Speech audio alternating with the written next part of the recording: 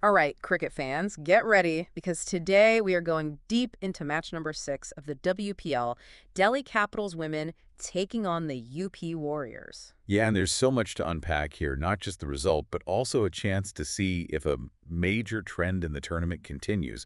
We've got ESPN Cricinfo's match report and some really interesting post-match interviews to dig into. For sure. All eyes were on Vadodara because this was the last match before the tournament shifts over to Bengaluru. And get this, every single match so far in this tournament has been won by the team chasing, 5 out of 5. That really sets the stage for some added pressure. I know it makes you think, has the toss become like the most important thing in this whole tournament? Is there something going on here that's more than just luck?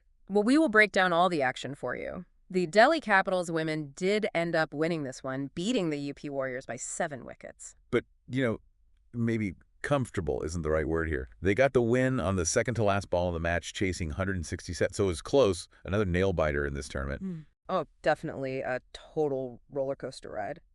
And a huge congrats to the player of the match, Delhi Capitals' Annabelle Sutherland. She was phenomenal with both bat and ball, a true all-around performance. And this is especially impressive considering that the Delhi Capitals were coming off a pretty big loss in their previous match. So to come back like this shows some real resilience. Okay, so let's rewind back to the UP Warriors innings. They began really strong, almost explosive actually, thanks to Kieran Navgir, who just smashed 51 runs off only 27 balls.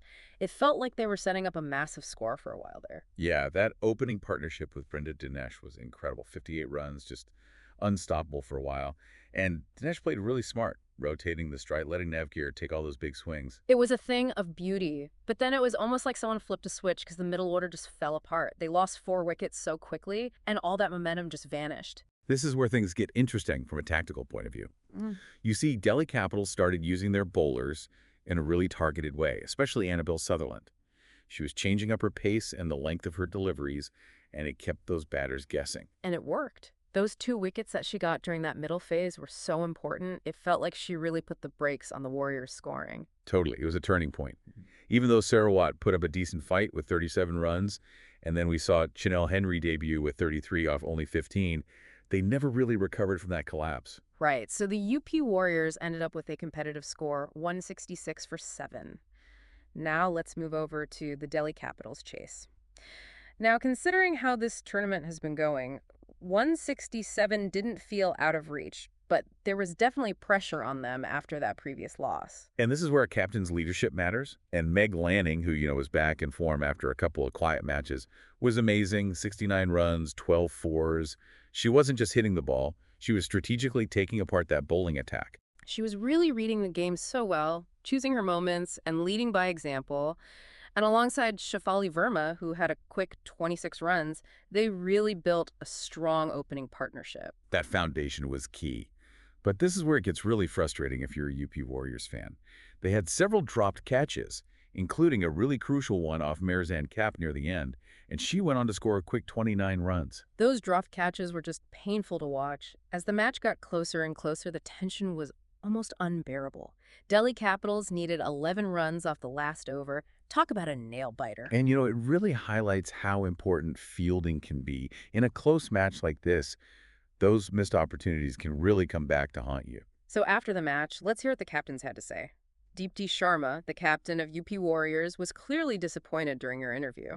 Yeah, she was. She admitted that those dropped catches really cost them, and she felt that if they had scored more, maybe 180 or 190, they would have had a better chance. Meg Lanning, on the other hand, was thrilled, and she said it was the Delhi Capitals' best performance in the tournament so far, and she specifically highlighted how taking wickets in the middle overs was part of their plan.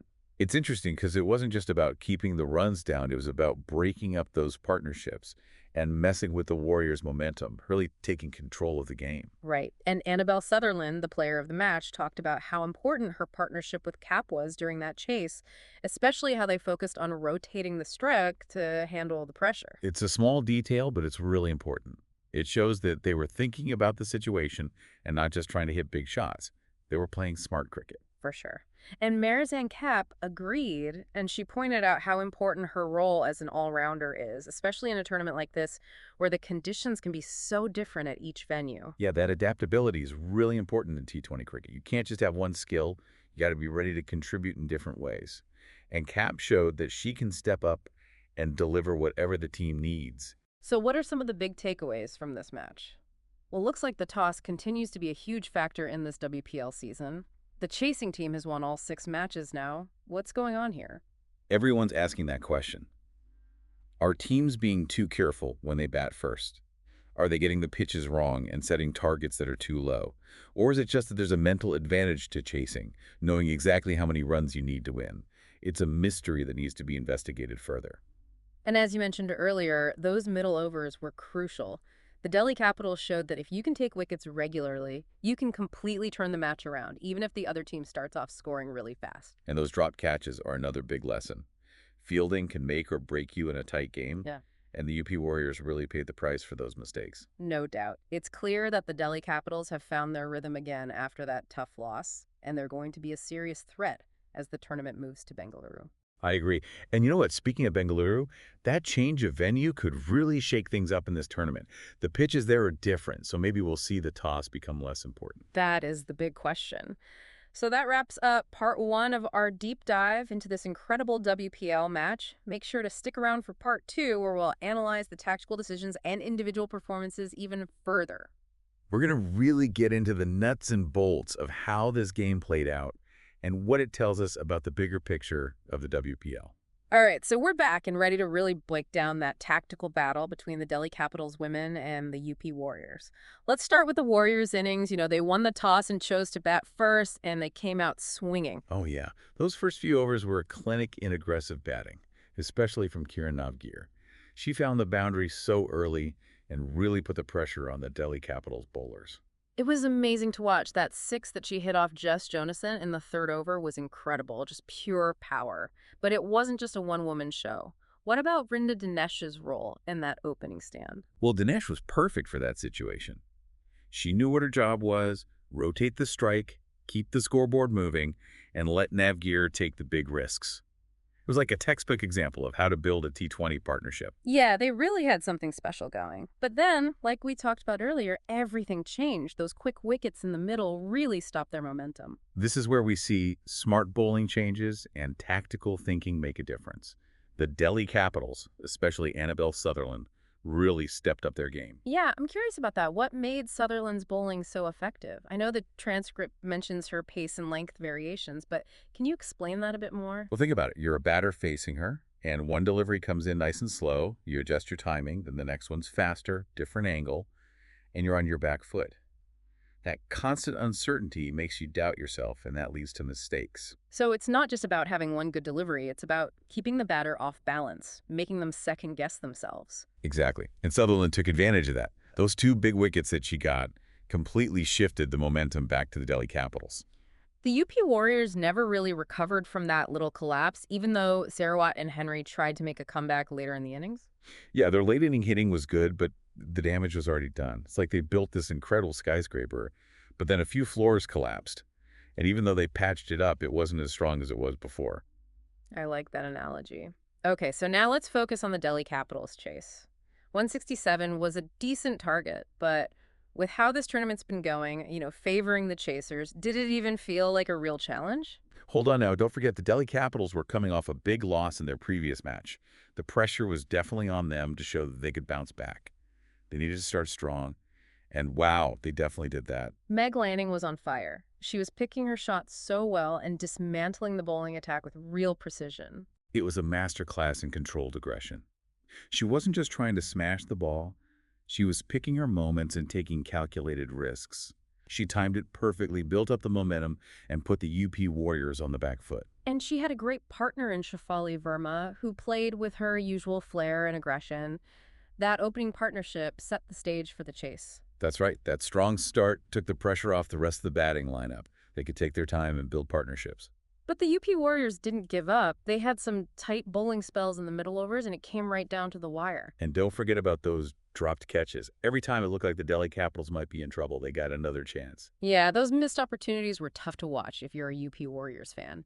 It really shows you how important the mental game is. The pressure can affect even the easiest things, like catching a ball. For sure. Fielding isn't just about skill. It's about staying focused and calm under pressure. Those dropped catches gave Delhi Capitals a few extra lives and kept them in the match. Cap and Sutherland's partnership at the end was really key. They stayed calm, rotated the strike, and kept ahead of the run rate. It was a really mature performance. They didn't panic or try to do too much. They just played smart cricket.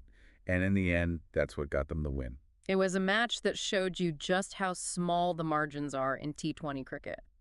A couple of moments, like those dropped catches or Delhi Capitals batting in the final overs, can make all the difference. It also highlights the tactical side of the game. For instance, Delhi Capital's use of spin in the middle overs was very effective. It really slowed down the run rate. Right, it forced the UP Warriors batters to try and hit big shots, and that's what led to wickets.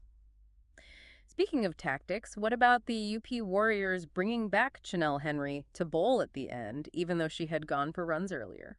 It was a risky move. It almost worked, but those dropped catches were costly. It's a high-risk, high-reward kind of decision. Sometimes it pays off, sometimes it backfires. Okay, now let's talk about some of the individual players who stood out. We've already talked about Lanning and Sutherland, but what about Kiran Navgir? She was amazing at the top of the order for the UP Warriors. Navgira was like a force of nature. Her power hitting was incredible, and she really made a name for herself in this tournament. It shows you that sometimes the best strategy is to just go out there and hit the ball as hard as you can. Definitely made a statement. So besides Lanning, was there anyone else on the Delhi Capital side whose performance you thought was noteworthy? Apart from Sutherland, who was crucial with both bat and ball, I'd say Shafali Verma deserves a shout-out.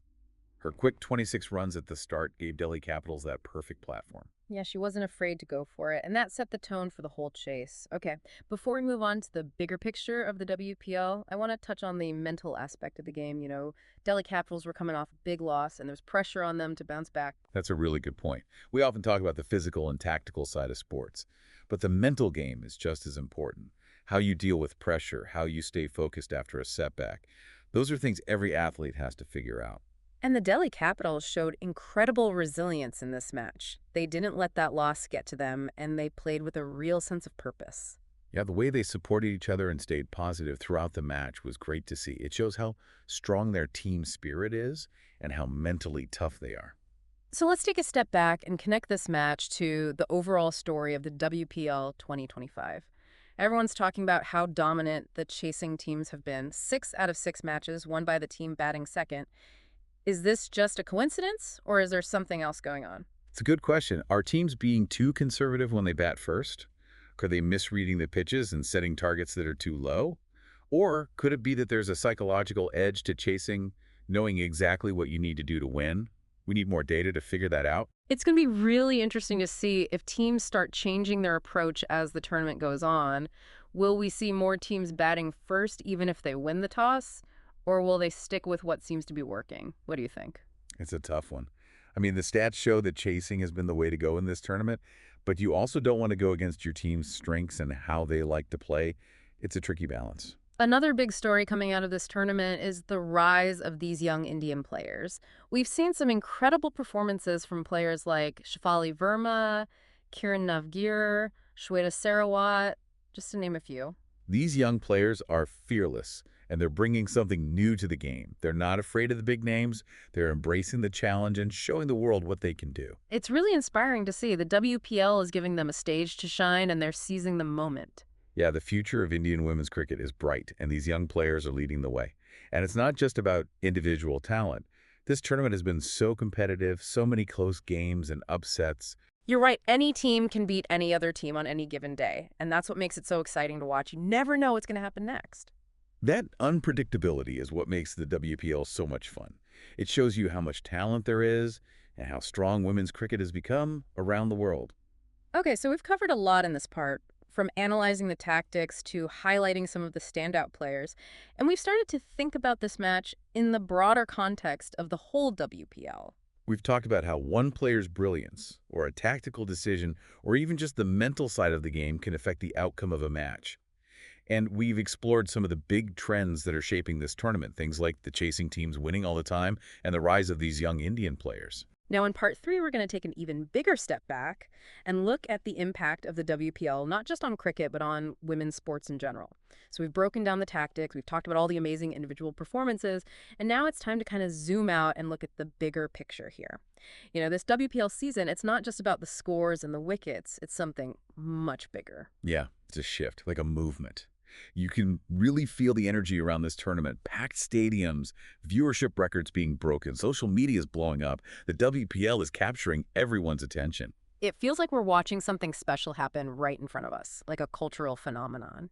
And it goes beyond just cricket. This is about giving women more power, inspiring young girls, challenging all those old ideas that said women's sports couldn't attract big crowds or be as exciting. Exactly. The WPL is proving all those doubters wrong with every single match. It's showcasing how athletic and skilled these players are and the passion they have. It's making people realize, hey, women's cricket is just as exciting and entertaining as any other sport. And it's creating opportunities that we couldn't have even imagined just a few years ago. We're seeing women cricketers getting these big brand deals, becoming household names, and inspiring a whole new generation of athletes. The economic impact is huge too. More viewers means more sponsorships, more money coming into the game, better facilities, more chances for young girls to actually pursue their dreams in cricket. The WPL is a game changer, not just for cricket, but for all women's sports. It's like a ripple effect, you know? Success leads to more success. The more we see these athletes, the more young girls see themselves represented on that big stage and start to believe, hey, I could do that too.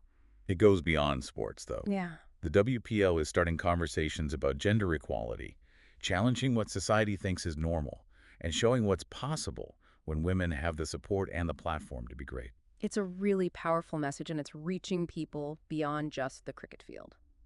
Okay, before we wrap up this whole deep dive, let's go back to that big question we keep coming back to. Will the chasing teams keep winning as the WPL moves to Bengaluru? Well, Bengaluru's pitches are known to be a bit more balanced. They're good for both batters and bowlers, so maybe it won't be such an advantage to bat second anymore. Maybe the toss won't be so important. Yeah, we'll see if teams stick with that chasing strategy or if they decide to change things up a bit. No matter what happens, I think the matches in Bengaluru are going to be exciting and unpredictable. This tournament is far from over. Well said. So as the WPL keeps going, we encourage all of you to keep watching, keep learning, and keep celebrating the incredible world of women's cricket.